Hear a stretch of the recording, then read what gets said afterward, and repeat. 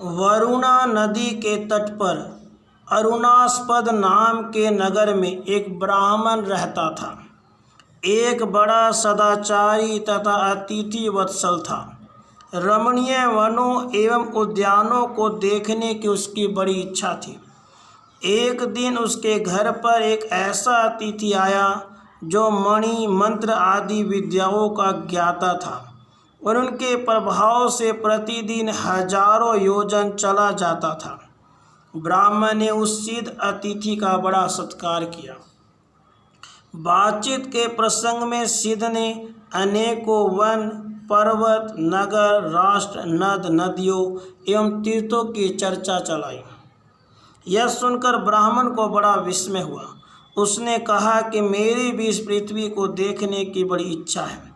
यह सुनकर उदारचित आगंतुक सिद्ध ने उसे पैर में लगाने के लिए एक लेप दिया, जिसे लगाकर ब्राह्मण हिमालय पर्वत को देखने चला। उसने सोचा था कि सिद्ध के कथानुसार मैं आधे दिन में 1000 योजन चला जाऊंगा और शेष आधे दिन में पुनः लौट आऊँगा। अस्तु वह हिमालय के शिखर पर पहुंच गया और वहां के पर्वतीय भूमि पर पैदल ही विचरण शुरू किया। बर्फ पर चलने के कारण उसके पैरों में लगा हुआ दिव्य लेप धुल गया। इससे उसकी तीव्र गति कुंठित हो गई। अब वह इधर उधर घूमकर हिमालय के मनोहर शिखरों का अवलोकन करने लगा। वह स्थान सिद्ध गंधर्व केंद्रों का आवास हो रहा था। इनके विहार स्थल होने से इसकी रमणीयता बहुत बढ़ गई थी। वहाँ के मनोहर शिखरों के देखने से उसके शरीर में आनंद से रोमांच हो आया। दूसरे दिन उसका विचार हुआ कि अब घर चलें, पर अब उसे पता चला कि उसके पैरों की गति कुंठित हो चुकी है। वह सोचने लगा, अहो, यहाँ बर्फ के पानी से मेरे पैर का लेप धुल गया। इधर यह पर्वत अत्यंत दुर्गम है और मैं अपने घर से हजारों योजन की दूरी पर हूँ।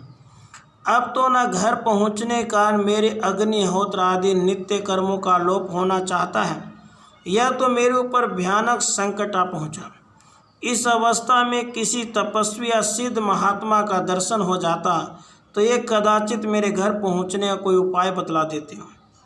इसी समय उसके सामने वरुथिनी नाम की अप्सरा आई। वह इसके रूप में आकृष्ट हो गई थी। उसे सामने देखकर ब्राह्मण ने पूछा, देवी, मैं ब्राह्मण हूँ और अरुणास्पद नगर से यहाँ आया हूँ।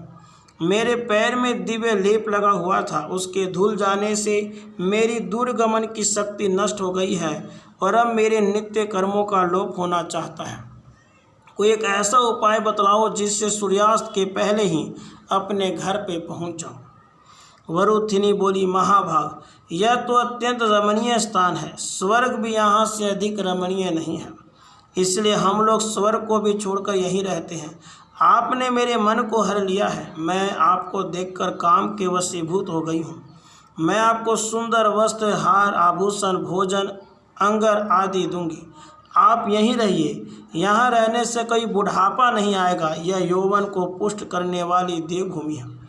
यूँ कहते कहते वह बावली सी हो गई और मुझ पर कृपा कीजिए कहते हुए उसका आलिंगन करने लगी। तब ब्राह्मण ने, अरे ओ दुष्टे, मेरे शरीर को न छू। जो तेरे ही ऐसा हो वैसे ही किसी अन्य पुरुष के पास चली जा। मैं कुछ और भाव से प्रार्थना करता हूँ तो कुछ और ही भाव से मेरे पास आती है। मूर्खे, यह सारा संसार धर्म में प्रतिष्ठित है। सायं प्रातः का अग्निहोत्र विधि पूर्वक की हुई इज्जा ही विश्व को धारण करने में समर्थ है और मेरे उस नित्य कर्म का ही यहाँ लोप होना चाहता है। तू तो मुझे कोई ऐसा सरल उपाय बता जिससे मैं शीघ्र अपने घर पहुँच जाऊँ। इस पर वरुथिनी बहुत गिड़गिड़ाने लगी। उसने कहा, ब्राह्मण, जो 8 आत्मगुण बतलाए गए उनमें दया ही प्रधान है। आश्चर्य है, तुम धर्म पालक बनकर भी उसकी अवहेलना कैसे कर रहे हो। कुलनंदन, मेरी तो तुम पर कुछ ऐसी प्रीति उत्पन्न हो गई है कि सच मानो अब तुमसे अलग होकर जी न सकूंगी। अब तुम कृपा कर मुझ पर प्रसन्न हो जाओ। ब्राह्मण ने कहा, यदि सचमुच तुम्हारी मुझ में प्रीति हो तो मुझे शीघ्र कोई ऐसा उपाय बतलाओ जिससे मैं तत्काल घर पहुंच जाऊं। पर अप्सरा ने एक न सुनी और नाना प्रकार के अनुनय विनय तथा विलाप आदि से वह उसे प्रसन्न करने की चेष्टा करती गई। ब्राह्मण ने अंत में कहा, वरुथिनी, मेरे गुरुजनों ने उपदेश किया है कि पराई स्त्री की कदापि अभिलाषा न करे, इसलिए तू चाहे विलख या सुख कर दुबली हो जा, मैं तो तेरा स्पर्श नहीं ही कर सकता, न तेरी ओर दृष्टिपात ही कर सकता। यूँ कहकर उस महाभाग ने जल का स्पर्श तथा आचमन किया और ग्राहपत्य अग्नि को मन ही मन कहा, भगवान, आप इस सब कर्मों की सिद्धि के कारण हैं। आपकी ही तृप्ति से देवता वृष्टि करते और अनादि की वृद्धि में कारण बनते हैं। अन्न से संपूर्ण जगत जीवन धारण करता और किसी से नहीं। इस तरह आपसे ही जगत की रक्षा होती है। यदि यह सत्य है तो मैं सूर्यास्त के पहले ही घर पर पहुंच जाऊं।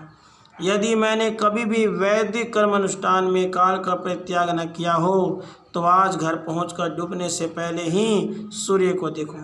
यदि मेरे मन में पराये धन पराई स्त्री के अभिलाषा कभी भी न हुई हो तो मेरा यह मनोरथ सिद्ध हो जाए। ब्राह्मण के योग कहते ही उनके शरीर में ग्राहपत्य अग्नि ने प्रवेश किया।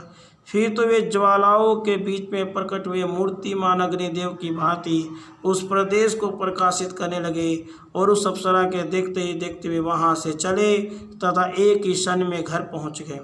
घर पहुंचकर पुनः उन्होंने यथा शास्त्र सब कर्मों का अनुष्ठान किया और बड़ी शांति एवं धर्म प्रीति से जीवन व्यतीत किया।